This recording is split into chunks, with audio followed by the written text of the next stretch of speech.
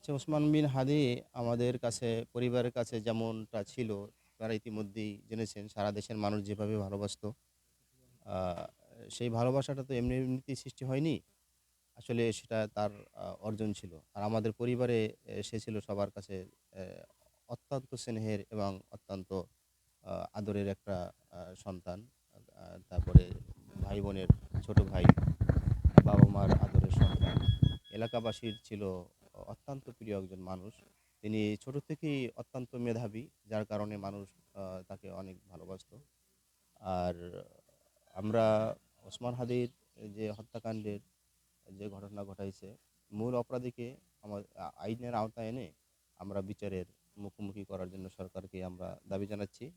যতক্ষণ পর্যন্ত আ এই হাদির বিচার করা না হবে, ওসমান হাদির হত্যাকারীকে বিচার করা না হবে, ততক্ষণ পর্যন্ত আমরা কোনোভাবেই থামব না। আমাদের কোনোভাবেই সান্ত্বনা দেওয়ার মতো না। কারণ আমরা যে হাদিকে হারাইছি, এই হাদি এই ৫৫ বছরেও আ কোনোদিন জন্ম নেয় নাই। আরও ৫৫ বছর পরও জন্ম নেবে কিনা, জাতির কাছে আমরা প্রশ্ন রাখলাম যে আসলে এর মতো হাদি আর হবে কিনা। দাফনের ব্যাপারে এখন পর্যন্ত আমরা সিদ্ধান্ত নিতে পারি নাই। অ্যা দাফন আ আগে ঢাকায় আসার পরে আগামীকালকে ৬টার সম্ভবত ৬টার দিকে ঢাকায় এসে পৌঁছাবেন। তারপরে শনিবার দিন বাদ জোহর মানিক মিয়া এভিনিউতে ওর জানাজা অনুষ্ঠিত হবে। তারপরে আমাদের গ্রামের বাড়িতে জানাজা কখন হবে, কোথায় দাফন করা হবে সেটা আমরা পরবর্তীতে জানিয়ে দেব।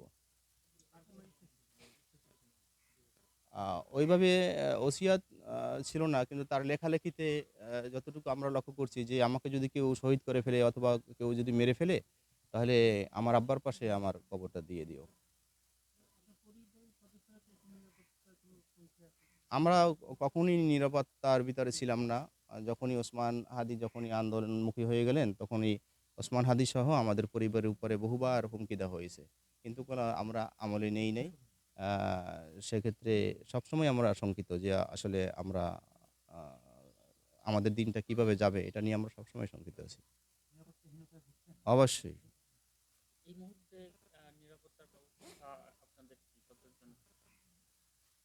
না, এই মুহূর্তে আ সংশ্লিষ্ট থানা আমাদেরকে যেভাবে প্রোটেক্ট দিয়েছে শুক্রবার থেকে এই ঘটনা গুলিবিদ্ধ হওয়ার পর থেকে, হ্যাঁ? আলহামদুলিল্লাহ তারা যথোপযুক্ত করছে। আর ওর যে ওর জন্য আ আমাদের একটাই আমাদের যে দাবিগুলা সেটা হচ্ছে ওর উত্থানটা হয়েছিল শাহবাগ থেকে। আপনারা জানেন যে শাহবাগ থেকেই ওর উত্থান হয়েছিল। যে শাহবাগ যেন একটা স্মৃতিস্তম্ভ করা হয়। আর ওর যে কাব্যগ্রন্থ আছে, সেই কাব্যগ্রন্থ যেন পাঠ্যপুস্তকে অন্তর্ভুক্ত করা হয় এবং ওর জীবনী যেন স্কুল কলেজে এটা যেন সংযুক্ত করা হয়।